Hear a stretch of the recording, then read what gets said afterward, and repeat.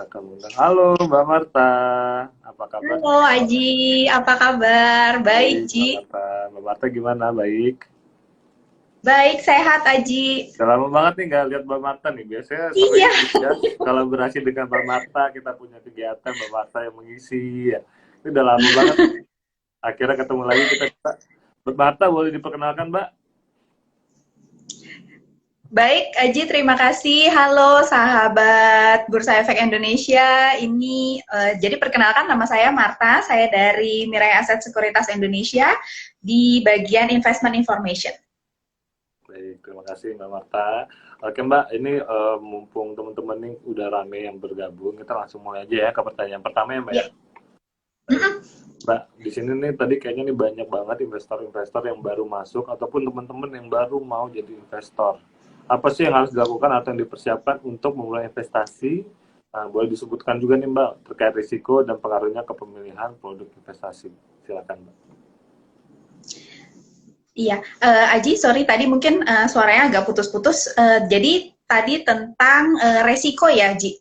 Iya, apa yang harus dipersiapkan untuk memulai investasi serta risikonya Mbak? Oh iya, baik. Baik, terima kasih Sobat IDX semua. Jadi kalau misalnya kita ngomongin tentang investasi, tentunya yang pertama teman-teman semua harus menyiapkan. Yang pertama pasti niatnya. Jadi yang pertama niatnya dan yang kedua pasti dananya. Kenapa? Karena investasi butuh uang. Nah, teman-teman kalau misalnya teman-teman udah berniat, kemudian juga sudah punya dananya nih, jadi teman-teman sudah satu langkah lebih maju.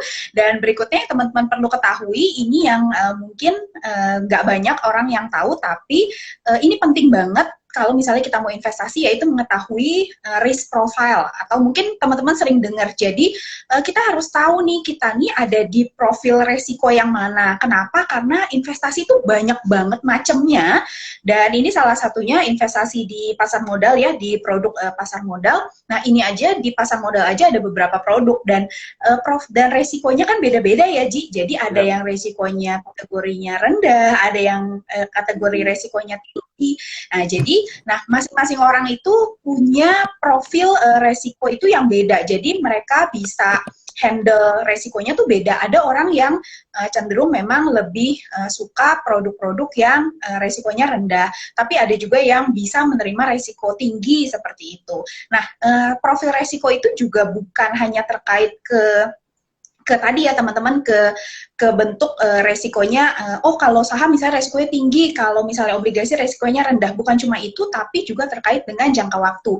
Jadi di profil resiko itu nanti ada beberapa pertanyaan yang diajukan ke teman-teman. Nah, salah satunya adalah seperti jangka waktunya. Jadi kita tuh mau investasi berapa lama gitu ya, mau jangka pendek, jangka menengah, jangka panjang. Nah, seperti itu Aji. Jadi memang kita perlu tahu nih, kita nih ada di profil resiko yang mana. Kemudian juga yang penting disiapkan itu adalah pengetahuannya. Jadi ingat bahwa kita investasi itu pakai uang kita sendiri, gitu ya. Jadi kalau salah kita sendiri yang salah, kalau benar kita sendiri yang benar. Jadi teman-teman juga harus tahu nih, masing-masing produk tuh punya keunggulannya, dan juga punya return dan punya resikonya sendiri. Nah, jadi ketahui masing-masing produknya, jadi pahami dengan baik. Nah, baru kemudian teman-teman bisa langsung berinvestasi. Seperti itu, Ji. Baik, terima kasih. Ini kalau aku rekap nih, tadi dari Mbak Marta menyebutkan buat teman-teman nih yang pengen mulai investasi, apa sih yang harus dipersiapkan? Pertama, dananya dulu. Jadi teman-teman pastikan udah menyisihkan dana yang uh, khusus dialokasikan untuk investasi. Terus yang kedua Mm-mm. tuh niat. Itu salah satu hal yang penting karena kalau teman-teman nggak niat, ujung-ujungnya nanti investasinya ya udah asal-asalan aja ya Mbak ya. Terus Mm-mm. juga ketahui profil risiko teman-teman masing-masing karena setiap instrumen investasi itu punya tingkat risiko yang berbeda-beda. Ada yang risikonya tinggi, ada yang risikonya rendah. Tadi juga disebutkan oleh Mbak Marta. Terus jangka waktunya, teman-teman nih pengen mulai investasi ini untuk apa? Apakah untuk jangka panjang, misalkan untuk beli rumah atau untuk biaya nikah dan lain-lain, ataupun jangka pendek untuk beli mobil ataupun beli motor. Nah itu bisa ditentukan dari awal pada saat teman-teman mulai mempersiapkan investasinya. Dan juga yang nggak kalah penting itu pengetahuan. Jadi teman-teman yang pengen berinvestasi, jangan lupa untuk ketahui dan pelajari dulu instrumen investasi yang teman-teman pengen pilih. Jadi jangan sampai teman-teman itu apa ya, hanya sekedar ikut-ikutan doang nih, dengerin orang ngomong A dia beli A, orang beli B, dia beli B, akhir-akhir ujung-ujungnya nanti dianya malah rugi ya Mbak ya, karena mereka hanya sekedar Iya. ikut tanpa ada pengetahuan di dalamnya. Mm-mm. Benar ya Mbak ya? Iya, betul. Seperti itu, Ji. Baik, kita Mbak lanjut nih ke pertanyaan selanjutnya nih. Apa yang membedakan Mira Aset Sekuritas dengan perusahaan sekuritas lain sih Mbak? Soalnya kan sekuritas di Bursa Efek Indonesia yang tercatat tuh ada banyak ya, kurang lebih ada Mm-mm, seratusan. mm-mm. Apa sih yang membedakan Mira Aset Sekuritas dengan perusahaan sekuritas lainnya? Oke, baik, Ji. Jadi kalau misalnya kita ngomongin tadi benar, jadi sekuritas tuh ada banyak dan masing-masing punya keunggulannya masing-masing ya, Sobat IDX. Jadi kalau misalnya ngomongin tentang Mirai Asset, tentunya kami sebagai salah satu pionir ya untuk online trading di Indonesia, teman-teman bisa bertransaksi di Mirai Asset itu lewat berbagai platform. Kemudian juga selain saham, teman-teman juga bisa berinvestasi di beberapa produk pasar modal ya, seperti reksadana, obligasi, saham seperti itu. Dan juga teman-teman dari Mira Asset juga kami memberikan fee yang kompetitif ya. Jadi untuk sobat IDX semua nanti kalau misalnya tertarik nanti bisa langsung tanya-tanya atau misalnya cek website kami gitu ya. Kami memberikan fee yang kompetitif dan juga yang paling penting nih Ji sebenarnya bagaimana kami sebagai perusahaan itu berusaha untuk memberikan edukasi yang lengkap kepada nasabah kami gitu Ji. Jadi kenapa? Karena kita tahu bahwa pengetahuan itu jadi dasar nih untuk seseorang memutuskan akan berinvestasi atau tidak dan juga akan memutuskan berinvestasi di mana gitu. Jadi kami menyiapkan berbagai kelas-kelas edukasi yang lengkap baik itu offline ataupun online gitu ya. Baik lewat platform video YouTube ataupun lewat live seperti itu. Nah, itu untuk membantu nasabah kami itu untuk memberikan saran, rekomendasi untuk mereka supaya bisa memperoleh gitu ya, supaya bisa berinvestasi di secara lebih baik lagi seperti itu, Ji. Baik. Jadi kalau terekap nih teman-teman yang mungkin ketinggalan, apa sih yang membedakan Mira Aset Sekuritas dengan sekuritas lain? Salah satunya tadi mereka merupakan salah satu pelopor online trading di Indonesia. Terus juga untuk fee-nya dari Mira Aset Sekuritas ini lumayan kompetitif dengan fee dari sekuritas lain. Kalau boleh disebutkan Mbak, berapa persen sih Mbak untuk fee transaksinya? Fee untuk fee-nya ya, Ji? Ya. Untuk fee-nya, fee beli itu 0,15, fee jualnya 0,25. Wah, berarti ini kecil banget ya teman-teman. Jadi teman-teman nih kalau misalkan melakukan transaksi di Mira Aset Sekuritas tuh nggak berasa deh pokoknya uangnya berkurang. Malah lebih gedean teman-teman tuh kalau transfer duit dari bank satu ke bank lain. Nah, itu lebih tinggi fee-nya daripada kalian transaksi di Mira Aset Sekuritas.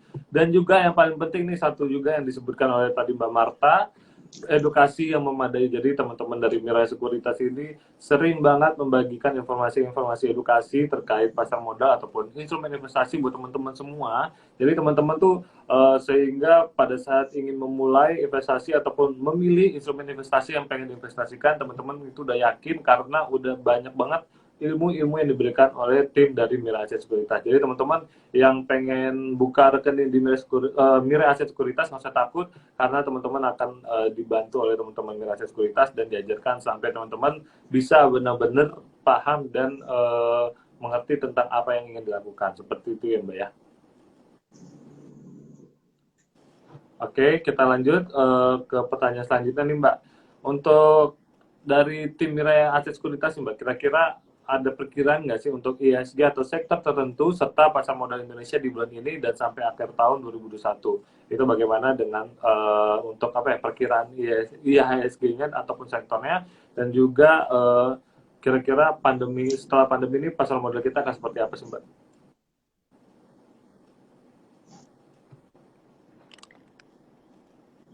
Iya, baik, baik. Terima kasih, Ji. Jadi kalau kita ngomongin IHSG nih, teman-teman di bulan ini memang relatif membaik ya, dan ini jadi kalau kita bilang bahwa walaupun angka COVID-nya naik ya, kita kan tahu bersama bahwa di hampir 1 bulan ini kita sudah menghadapi PPKM level 4, PPKM darurat, nah tapi IHSG kita mampu bertahan. Gitu. Jadi kita sendiri masih optimis, Ji, sampai akhir tahun nanti IHSG target dari research kami itu di level 6.800 untuk IHSG. Kami punya beberapa sektor pilihan yang mungkin bisa jadi rekomendasi untuk Sobat IDX semua. semua. Jadi yang pertama itu kami melihat ada sektor pakan ternak di sana, karena memang sektor ini membukukan kinerja yang baik di tahun ini secara pertumbuhannya. Jadi itu yang pertama, sektor pakan ternak.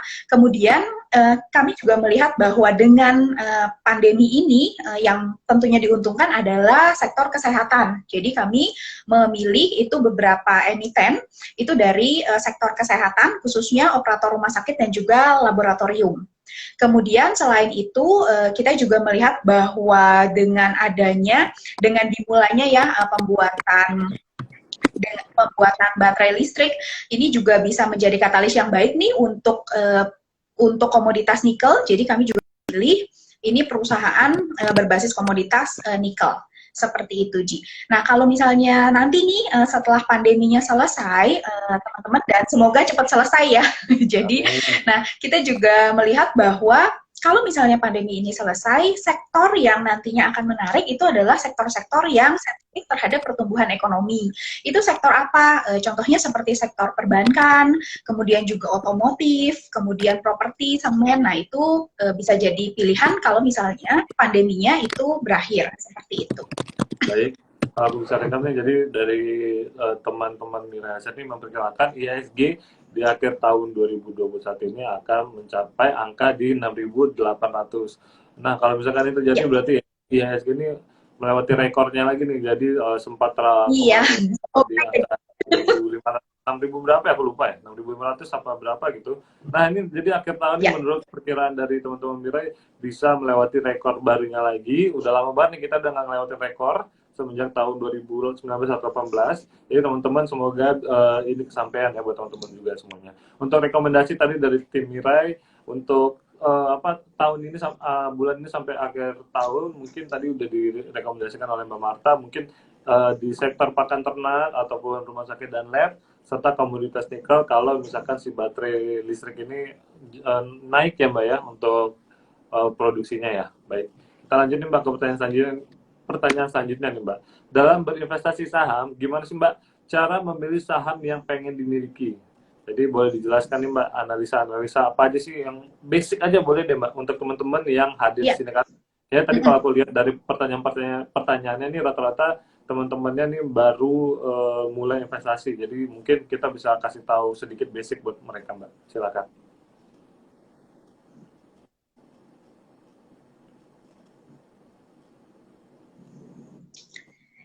Ya, baik. Jadi kalau misalnya teman-teman Sobat IDX semua mau membeli saham, jadi kalau kita ngomongin tentang analisa, jadi analisa itu secara umum yang paling populer itu ada dua, yaitu analisa fundamental dan juga analisa teknikal. Nah, bedanya di mana? Jadi analisa fundamental itu untuk mengetahui saham apa yang layak dibeli. Ingat di bursa ada 700-an saham gitu ya. Nah, untuk memilih nih perusahaan A, perusahaan B, nah itu kita pakainya analisa fundamental. Jadi untuk menjawab pertanyaan apa sih yang bagus, apa sih yang layak dibeli. Nah, analisa teknikal itu untuk menjawab di harga berapa kita bisa beli, kita bisa jual. Jadi fungsinya beda. Jadi tadi bahwa analisa fundamental untuk menjawab apa yang harus dibeli, analisa teknikal di harga berapa. Jadi udah ketemu nih Ji, kita mau beli saham A, tapi saya harus beli di harga berapa? Biasanya pertanyaannya paling sering itu ya. Terus saya harus jual di harga berapa? Harus keluar di harga berapa? Nah, itu kita pakainya analisa teknikal.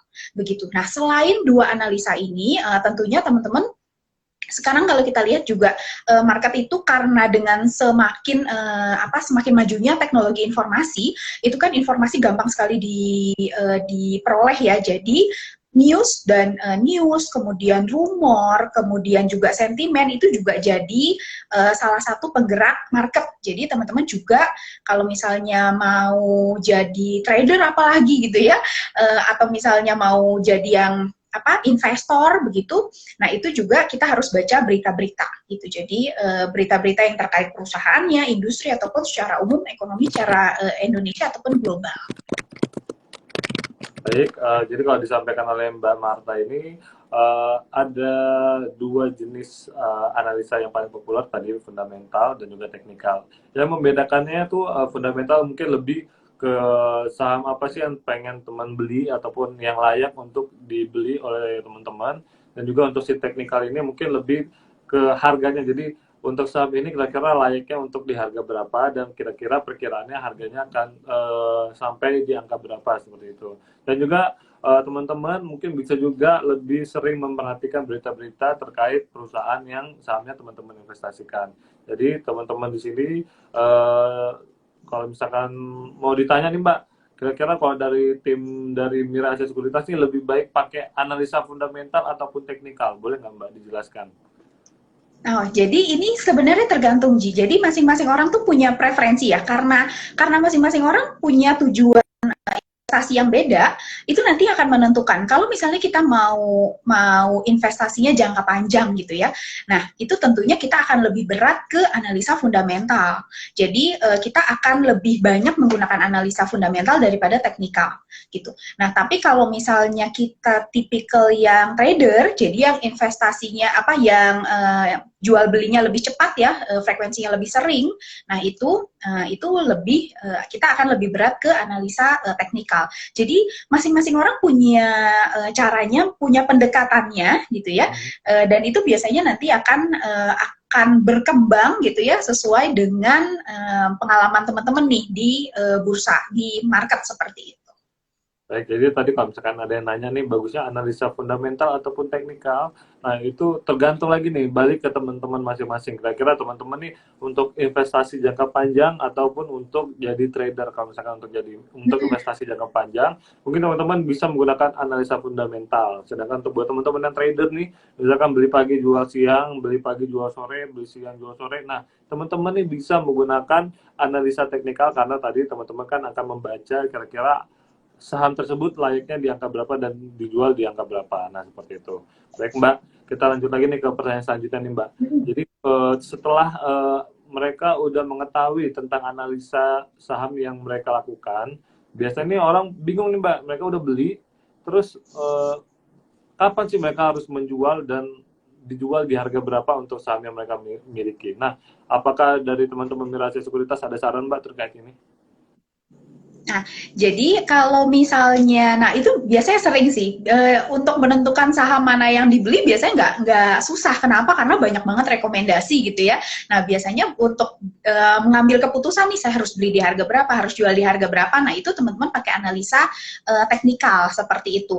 Nah, jadi biasanya nanti yang paling gampang itu adalah teman-teman bisa beli di harga support, kemudian jual di harga resisten gitu. Itu akan kita lihat lagi lihat chart ya.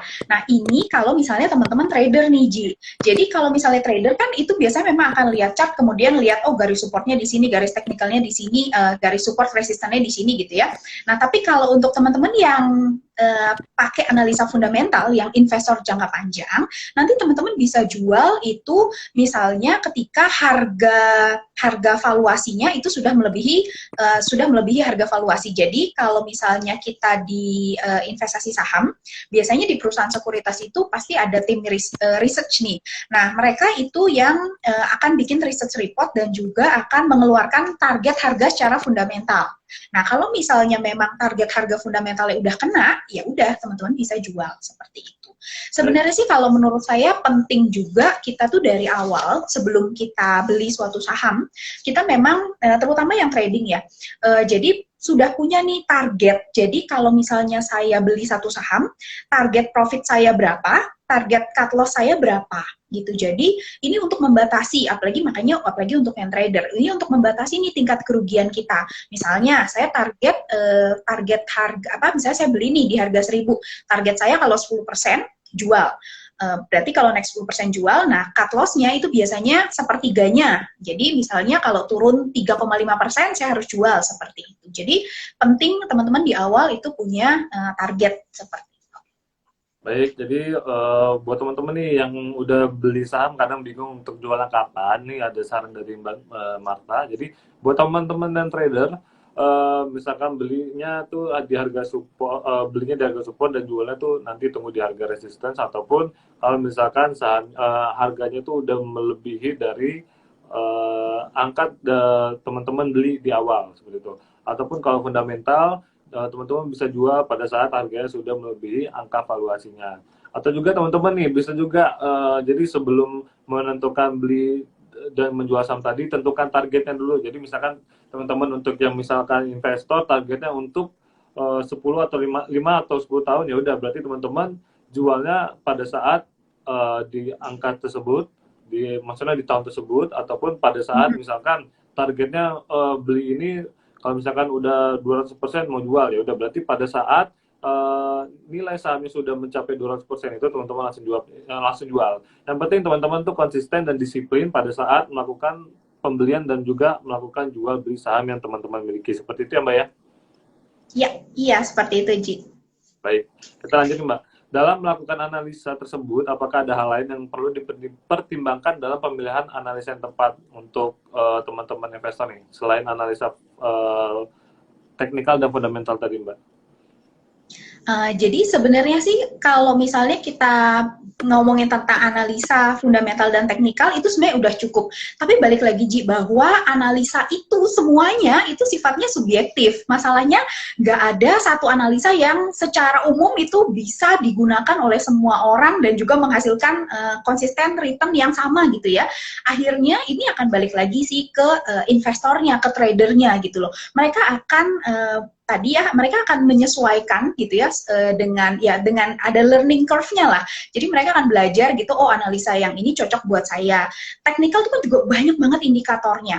Jadi oh indikator yang ini saya lebih cocok nih pakai indikator yang ini dibandingkan dengan indikator yang ini gitu. Jadi yang penting menurut saya kita bisa pakai berbagai macam analisa, tapi konsisten itu penting ya teman-teman. Jadi yang perlu teman-teman lihat itu nanti kan akan belajar gitu ya, akan lihat nih yang mana yang memang bisa memberikan keuntungan yang konsisten seperti itu. Misalnya rasio keuangan yang mana gitu, atau misalnya indikator-indikator yang mana, ya itu masing-masing orang, ya sayangnya memang saya nggak bisa bilang bahwa harus pakai ini, harus pakai itu, karena memang masing-masing orang beda nanti pendekatannya.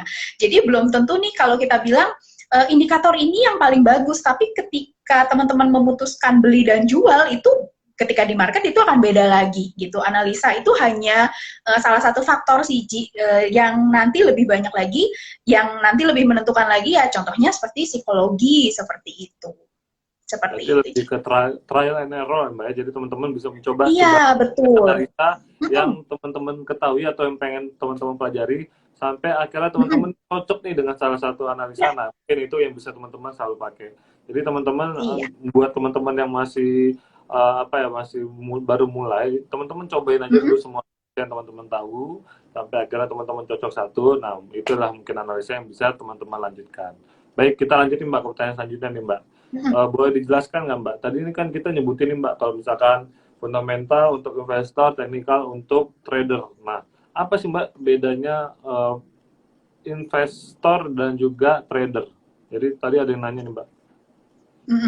Jadi kalau investor itu gampang. Investor itu sistemnya adalah buy and hold. Jadi beli dan tahan gitu. Sedangkan kalau trader itu adalah buy and sell. Jadi yang pasti yang membedakan adalah frekuensinya gitu. Kalau misalnya typical investor, dia nggak akan terlalu sering jual beli gitu. Tapi kalau typical trader itu akan lebih sering melakukan jual beli. Nah, trader sendiri itu kita biasanya bagi lagi dalam beberapa kategori nih, Ji. Ada yang namanya position trader. Jadi kalau ini jangkanya lebih panjang, bulanan, tahunan, itu position trader. Ada yang tipikalnya swing trader. Nah, ini jangkanya lebih pendek, itu harian ke mingguan. Kemudian ada juga namanya day trader. Nah, ini jelas ya, jadi memang trader harian gitu. Dan ada satu lagi yang kita biasa kenal dengan scalper. Jadi memang dalam satu hari itu dia akan beli dan jual itu sangat-sangat cepat, bahkan dalam hitungan detik ataupun menit seperti itu. Baik, jadi perbedaannya tadi bisa terlihat banget ya Mbak ya, untuk teman-teman yang akan jadi investor. Ini berarti teman-teman nih buy and hold, teman-teman benar-benar beli untuk tadi tujuan tertentu yang teman-teman udah targetin di awal. Trading ini teman-teman lebih buy and sell, jadi beli sekarang, jualnya tuh dalam waktu dekat. Jadi nggak ada tujuan untuk sesuatu, cuman lebih ke angka yang dicapai. Jadi misalkan beli di sini, jual di angka segini. Nah, mungkin trader tuh bisa digambarkan seperti itu. Nah, untuk trader sendiri ini ada 4 macam tadi yang dijelaskan oleh Mbak Marta. Ada position trader. Position trader ini yang mungkin untuk trading yang jangkanya agak panjang, misalkan bulanan ataupun tahunan. Terus ada juga swing trader nih yang harian. misalkan 1-2 hari ataupun 3 hari. Ada day trader yang beli pagi jual sore, dan juga ada scalper trader. Scalper ini mungkin yang bisa jual saham dalam sehari itu bisa sampai 3 ataupun 5 kali. Jadi dia mungkin tiap jam, tiap detik ataupun tiap menit melakukan beli dan juga melakukan jual. Baik, lanjut nih Mbak. Nih lagi ada fenomena yang sering terjadi banget nih Mbak.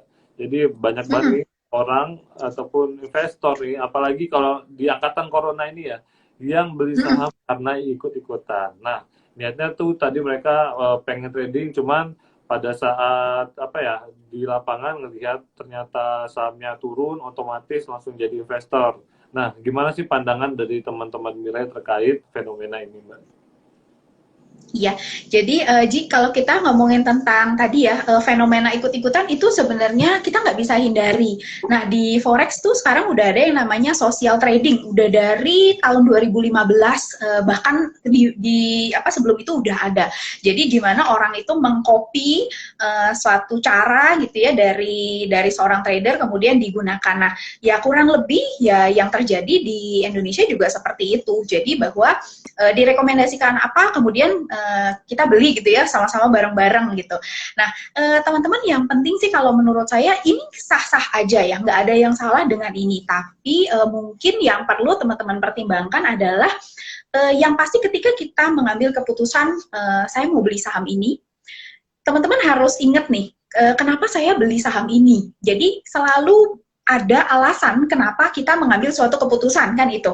Sama juga ketika saya mau jual saham ini di harga segini. Nah, itu harus ada alasannya gitu ya.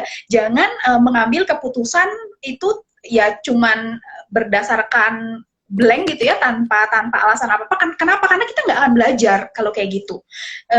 Ingat bahwa investasi saham tuh belajarnya nggak udah-udah gitu ya. Jadi ilmunya tuh akan selalu bertambah, ditambah gitu ya, harus ditambah terus. Nah, jadi ya balik lagi bahwa teman-teman kuncinya adalah bahwa kalau misalnya kita mau sukses dalam dunia investasi, tadi kita harus belajar. Nah, belajar itu ya salah satunya dengan cara kalau misalnya kita mau ikut-ikutan, nggak masalah gitu, tapi selalu punya alasan kenapa saya memutuskan beli di saham ini atau jual di saham ini gitu. Seperti Baik. itu sih, Ji.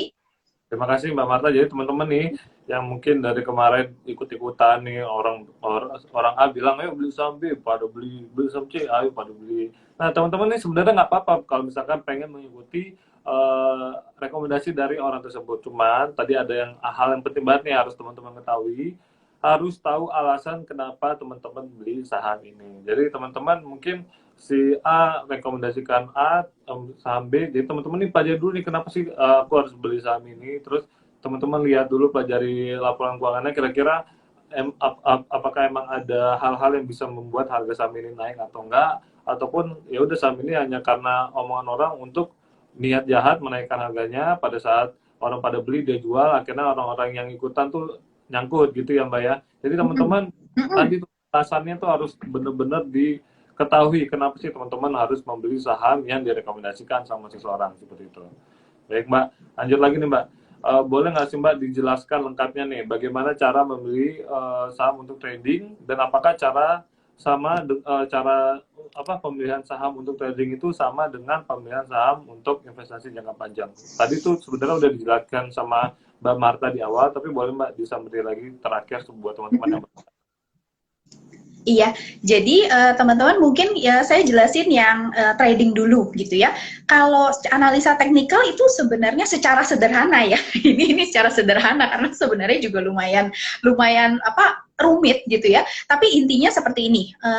Intinya adalah teman-teman kalau misalnya analisa teknikal itu yang harus kita pertimbangkan kan tadi kan.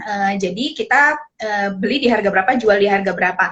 Nah, di analisa teknikal itu kan kita tahu bahwa salah satu kuncinya itu adalah bahwa harga itu mengikuti tren. Jadi yang kita perlu tahu nih kalau analisa teknikal, kita saham ini tuh trennya apa? Kenapa? Karena kita cuma bisa trading itu cuma di saham yang uptrend dan juga yang trennya sideways.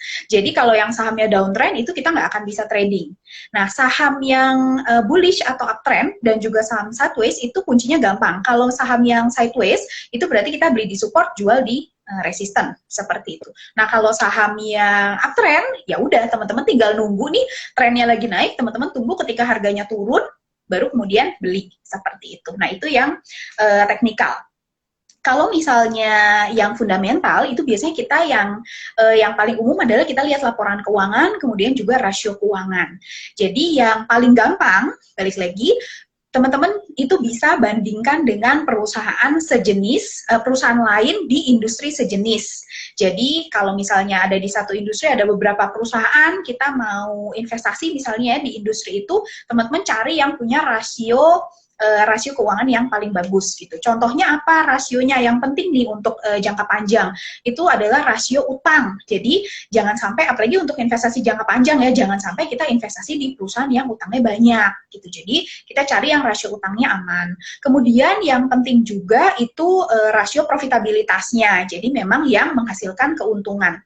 Kalau menurut saya di fundamental tuh ada satu lagi sih J kuncinya.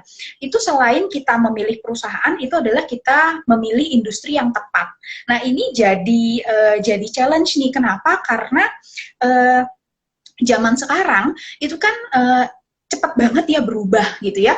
Mungkin zaman dulu, mungkin kalau misalnya kita lihat di zaman dulu ketika misalnya telepon lah, industri alat telepon gitu ya. Kalau dulu telepon pakai kabel, sekarang kita udah ke smartphone gitu. Jadi ingat bahwa teman-teman ada yang namanya innovative disruption. Jadi inovasi-inovasi sifatnya mengganggu. Nah, ini tuh teman-teman perlu dan penting banget untuk tahu, jangan sampai bahwa ketika kita memutuskan investasi di satu industri nih, apalagi untuk fundamental itu kan jangkanya panjang.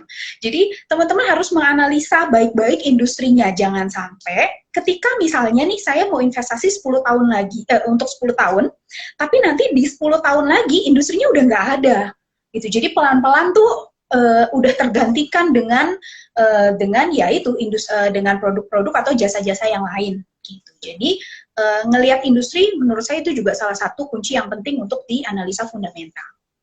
Baik, ini ada satu hal yang penting banget nih dari Mbak Marta. Jadi buat teman-teman yang pengen menggunakan analisa fundamental, ada satu hal lagi yang harus teman-teman pelajari ataupun lebih ke insting kali ya. Jadi ke vision dari perusahaan teman-teman yang ingin investasikan. Jadi kurang lebih perusahaan tersebut mungkin dalam waktu 5-10 tahun lagi apakah masih ada ataupun ada kompetitor yang akan menggantikan dia. Nah, itu teman-teman harus pelajari banget. Jadi ibarat kata kayak misalkan ini deh gampangnya, teman-teman mau beli handphone A sama B, kira-kira keuntungan keunggulan HP A apa, keunggulan HP B apa, terus jeleknya si A dan B apa, itu kan teman-teman harus pelajari. Itu nggak pasti teman-teman kalau beli sesuatu nggak mungkin langsung beli aja. Teman-teman pasti akan pelajari dulu, dan kira-kira untuk handphone tersebut kira-kira fiturnya ini bisa digunakan kan untuk untuk hal-hal yang akan update ke depannya. Nah, sama juga untuk mobil saham. Jadi teman-teman harus punya vision yang cukup jauh dan juga insting yang cukup kuat untuk membeli ataupun memilih saham yang ingin diinvestasikan. Mbak, kita mau jawab pertanyaan nih Mbak dari salah satu penanya nih Mbak. Aku coba pilih satu ya Mbak ya. Ini ada pertanyaan dari Frank Genji. Apakah mahasiswa bisa daftar di Mirai Aset Sekuritas Mbak? Bisa, Ji. Jadi yang penting untuk membuka akun ya di semua tempat itu adalah punya KTP dan juga punya rekening bank. Jadi termasuk di Mirae. Jadi kalau misalnya teman-teman udah punya KTP dan punya rekening bank atas nama pribadi, itu sudah bisa buka akun seperti itu, Ji. Baik, jadi buat semua masyarakat Indonesia yang sudah punya KTP dan punya rekening, teman-teman bisa buka rekening saham ataupun RDN di Mirai Aset Sekuritas. Nah Mbak, boleh nggak Mbak dibisikin Mbak minimal saldo investasinya untuk buka rekening berapa? Jadi kalau misalnya teman-teman kalau di Mirai itu biasanya depositnya itu adalah 10 juta rupiah nih Ji. Nah tapi kalau misalnya teman-teman nggak punya uang sebanyak ini, teman-teman bisa mulai dari 100.000. Caranya adalah dengan lewat kegiatan SPM Ji. Jadi kan bursa selalu nih mengadakan kegiatan SPM. Nah biasanya nanti ada kerjasama dengan Mirai Aset. Nah di sana teman-teman bisa buka akun dengan 100.000. Jadi lebih terjangkau seperti itu. Tapi kalau misalnya teman-teman punya uang 10 juta gitu ya, itu lebih bagus lagi, itu bisa langsung buka akun. Nah, biasanya buka akunnya kita punya dua cara nih, Ji. Jadi bisa diisi lewat online. Jadi nanti ada website di namanya open.miraiasset.co.id, teman-teman bisa isi di sana, atau juga bisa datang ke office education kami. Kami ada di 21 lokasi dan juga 3 kantor perwakilan, begitu.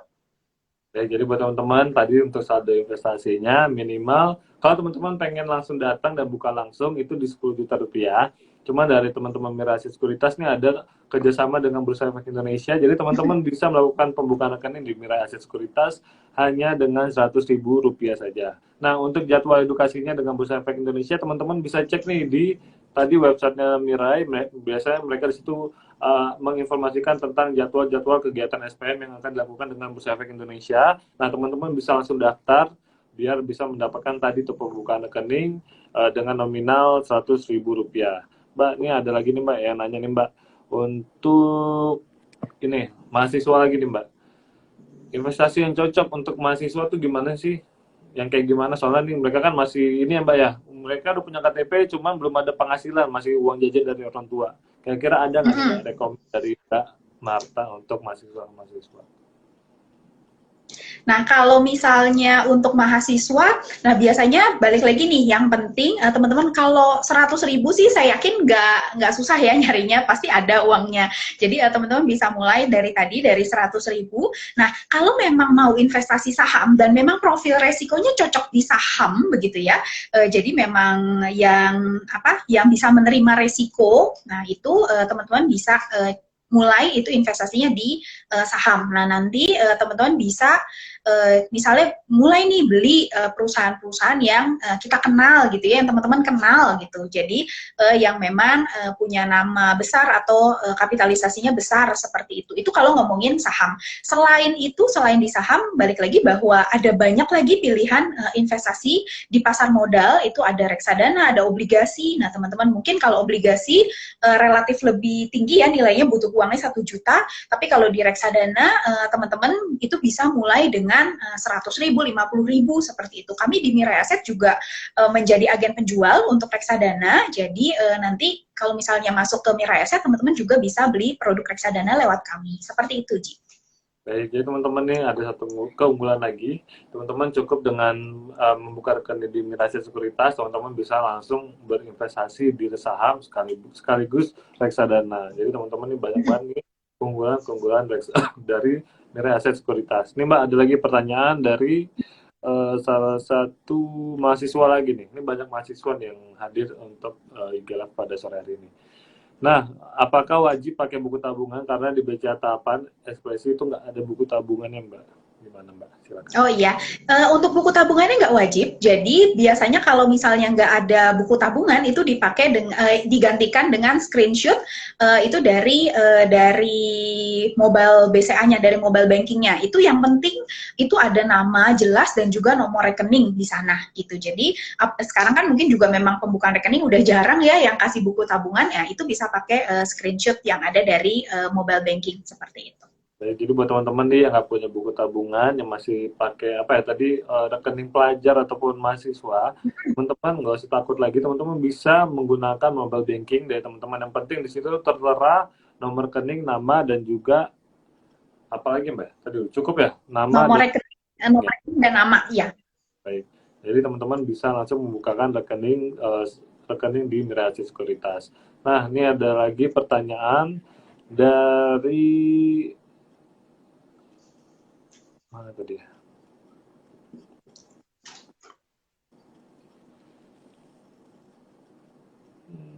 Nih, tadi udah dijawab sih sebenarnya sama Mbak Marta untuk pelajar lebih rekomen apa. Tadi udah dijawabkan. Mau reksadana ataupun saham boleh-boleh aja, cuma tergantung lagi untuk profil resikonya dari teman-teman semua nih kira-kira profil resikonya cukup nggak nih untuk investasi di saham. Kalau misalkan nggak cukup dan dananya juga tidak cukup, teman-teman bisa mulai investasi di reksadana. Untuk reksadana tadi kan harganya bervariasi mulai dari 10.000, 50.000 dan juga 100.000. Oke, kita lanjut lagi ke pertanyaan terakhir sebelum kita tutup. Ini ada pertanyaan dari mana ya tadi ya? Hmm, nah, nih, Mbak, untuk pertanyaan terakhir. Dari, nggak tahu dari mana nih. Kak mau tanya bagaimana lihat tanggal perusahaan ngelaporin laporan keuangan. Jadi untuk laporan keuangan, apakah bisa dicek nih Mbak dari aplikasi Mirai Aset Sekuritas? Mm-mm. Jadi Oh, ada teman-teman bisa. jadi untuk lihat tanggal, mm, untuk lihat tanggal perusahaan melaporkan laporan keuangan ya, Ji? Benar. Iya, itu bisa langsung dicek teman-teman di websitenya idx.co.id. Nanti teman-teman masuk ke menu perusahaan tercatat, kemudian nanti masuk ke bagian laporan keuangan dan tahunan. Nah, nanti tinggal pilih nih mau lihat yang kuartal berapa, perusahaannya apa, kuartal berapa, tahun berapa. Nah, di setiap laporan itu di atasnya ada tanggalnya, teman-teman. Nah, itu adalah tanggal pelaporan laporan keuangannya seperti itu. Baik, jadi teman-teman bisa cek di website IDX di idx.co.id terus pilih menu perusahaan tercatat dan juga laporan keuangan. Nah, di situ teman-teman bisa langsung ngecek semua laporan keuangan dari perusahaan yang udah tercatat di Bursa Efek Indonesia. Oke, Mbak. Sebelum kita Mhm. tutup, apakah ada pesan untuk yang nonton pada sore hari ini dari Mbak Marta ataupun dari teman-teman Mira Sekuritas? Silakan.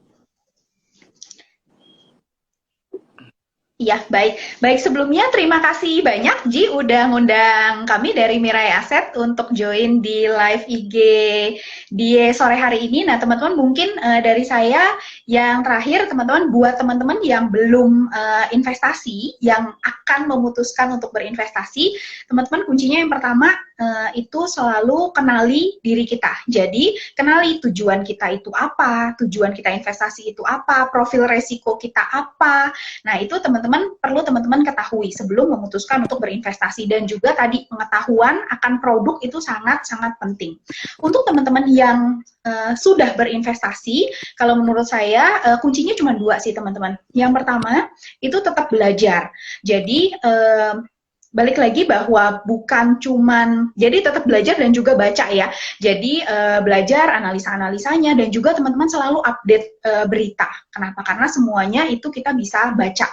Yang kedua itu adalah disiplin. Itu juga penting teman-teman, baik itu disiplin untuk nabung misalnya setiap bulan untuk investasi, disiplin menyisihkan dananya, dan juga untuk yang trader itu disiplin misalnya untuk cut loss, untuk take profit seperti itu. Jadi kuncinya dua, tetap belajar dan juga disiplin. Seperti itu, Ji.